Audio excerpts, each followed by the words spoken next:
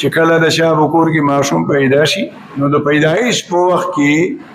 په مور باندې په پلار باندې په خپلوانو باندې د ماشوم د اړخه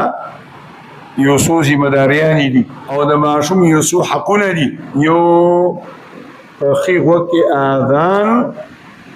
او په ګس غوږ کې اقامت د پیدایش سره دا نه چې دا به ګنټو پروتي او طالب به راځي او مولا به راځي بیا به اذان کوي پلار به کوي یا به ورور کوي یا به تره به کوي یا به ماما کوي حتی کې کور کې سړی نه و که نه د خپله مور مولا اذان کولی شي یا مولا اذان کولی شي. او اوس به ستاسو په ذهن کې دا راځي چې د نبي علیه السلام په غوږ کې اذان او اقامت چا کړی نو د الله د پیغمبر په زمانه کې خو نه اذان و نه اقامت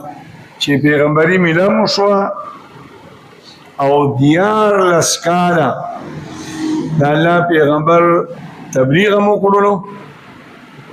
د قرآن کریم اکثر حصه هم نازله شوه منځونه به هم کېدل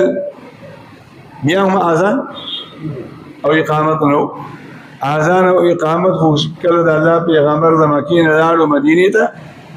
نو په دویم کال باندې بیا د اذان او د اقامت سلسله شروع شو.